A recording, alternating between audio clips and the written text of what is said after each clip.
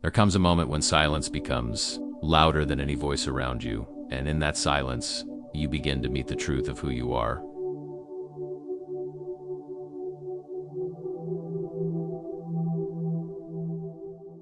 Before any word, there is the sound of your own being listening to itself. Loneliness does not begin when others leave. It begins when you finally hear yourself. Nietzsche understood this too early.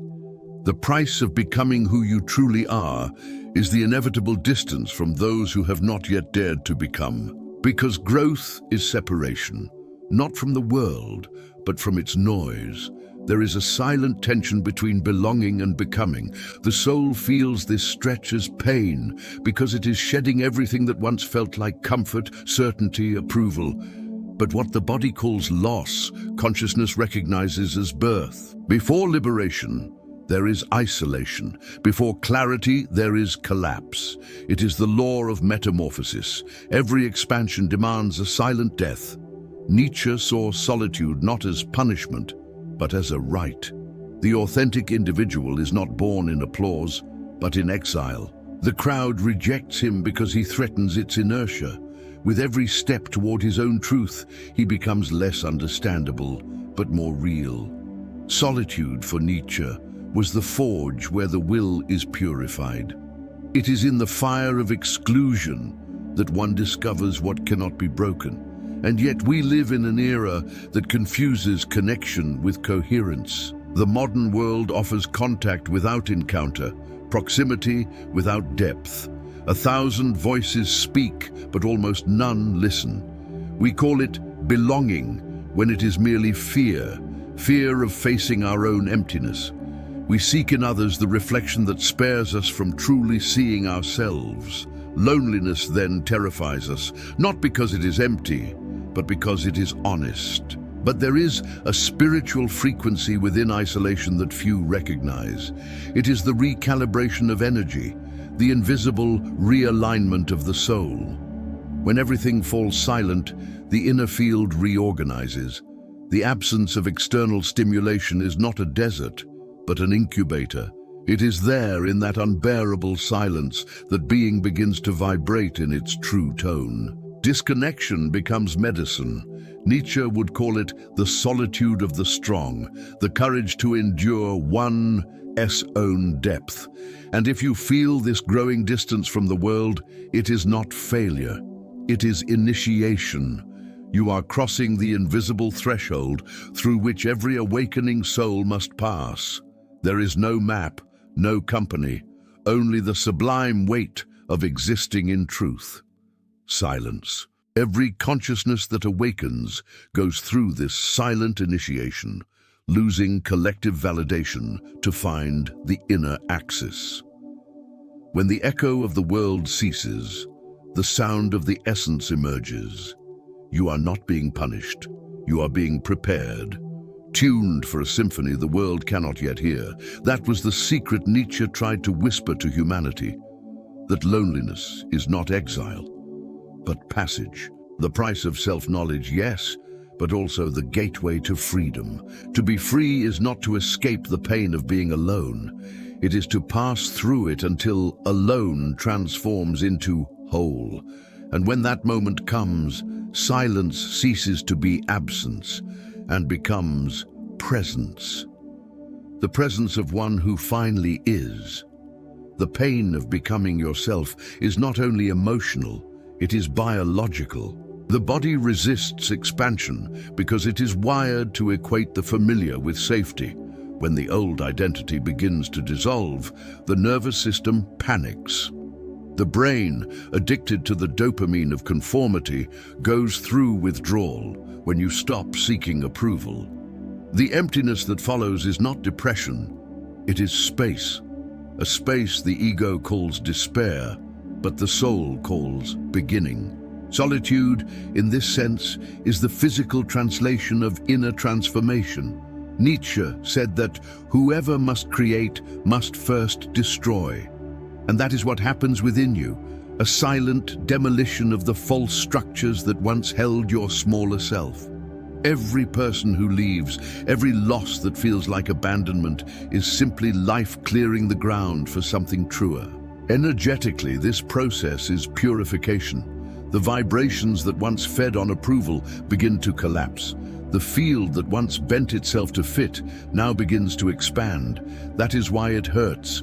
Expansion is incompatible with shrinking. Yet within this discomfort, truth begins to breathe. You lose social belonging but gain existential clarity. What once was noise becomes silence. What once was fear becomes presence. The cost is high, but the return is integrity. Most people run from loneliness by running toward others.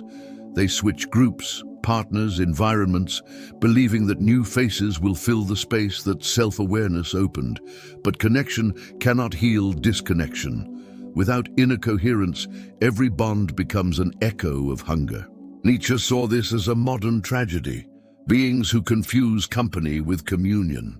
Jung called it the projection of the shadow. Everything we reject in ourselves, we search for in others. We chase mirrors instead of light. We beg for reflections instead of radiance. Solitude is not deprivation, it is alignment. It is the period when the inner frequency resets, preparing the soul for true resonance. Skip this stage, and relationships become anesthesia, not evolution. Stop seeking resonance before finding coherence. Outer harmony is impossible when inner noise prevails. Solitude, then, is rehearsal. The soul's laboratory, where you learn to stand alone without collapsing. It is where you become whole enough to meet others without losing yourself. Isolation is not absence, it is gestation. When the field retracts, it is not dying, it is reorganizing. Nature does the same. Winter is not punishment, it is preparation. The soul too needs its winters. Nietzsche regarded withdrawal as sacred. He knew that when the spirit steps away from the world's noise, it gathers power. The retreat is the space between what was and what will be. What the world calls emptiness, the unconscious calls work. Modern neuroscience confirms this. The brain rewires itself in states of quiet. Insight blooms in stillness, not in stimulation. The mind, free from the flood of comparison, begins to integrate what was once fragmented. You are not disconnected. You are recalibrating. Your frequency is tuning to a truth that has not yet found resonance around you. Silence is not punishment, it is precision.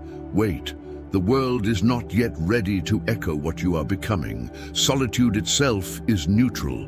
What makes it poison or medicine is how you interpret it. When you call it absence, it hurts.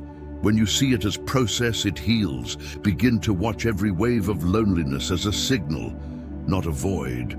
Each pang of emptiness is an invitation to listen. Do not run, breathe into it. See what surfaces when you stop numbing it. This is the beginning of alchemy. Replace the thought, I am alone, with, I am realigning my field. That small shift transforms scarcity into sovereignty. Emotional neuroscience shows that acceptance reorganizes neural pathways, calming the nervous system and stabilizing the field. What you call pain is often the body adjusting to truth. Create quiet rituals, silence as prayer, journaling as mirror, breath as anchor. Small acts, but spiritually precise. When solitude is ritualized, it becomes bridge instead of burden. And in that state, insight flowers. Nietzsche spoke of the hermit climbing the mountain, not as escape, but as clarity. The mountain is vertical energy. It lifts you above the gravity of social validation. Up there, away from the noise, the individual becomes a mirror. But something shifts at the summit. The need for mirrors ends. You stop reflecting and start radiating. The mountain is not isolation, it is altitude. The soul, tired of begging for belonging, becomes its own source. The journey is paradoxical. First, you climb to find meaning, then you realize meaning was in the climb itself. When the inner mirror clears, the world changes color. Not because it changed, but because you did. When you stop trying to be seen, you become impossible to ignore. Life rearranges itself around your coherence. The universe always responds to alignment, even if the world takes time to understand it. Jung said that individuation demands separation before union. One must walk through the desert of shadow before reaching the spring of consciousness. The ego calls it loneliness. The soul calls it return. Loneliness, then, is the womb of integration. Every rejected piece, every silenced emotion, every buried truth, all return to be reowned. What feels like loss is merely the soul rebuilding its mosaic. Every awakening begins with fragmentation. Pain is not error, but reorganization. Solitude is the meeting point between the unconscious and the conscious, the secret laboratory of the real self. Nietzsche and Jung, divided by generations, pointed toward the same truth. The pain of becoming whole is the price of freedom. Liberation is not external, it is internal. The end of loneliness does not come when someone arrives, but when you stop abandoning yourself. Look closely at the silence around you. It is not empty, it is full of you. In it, the self flowers, the inner fire stabilizes, and the soul remembers its direction. When that recognition dawns, isolation ends, not because the world understood you, but because you finally understood yourself. The journey of becoming is lonely, but sacred, and the one who can endure that silence without rushing through it is reborn, not as part of the world, but as its very origin.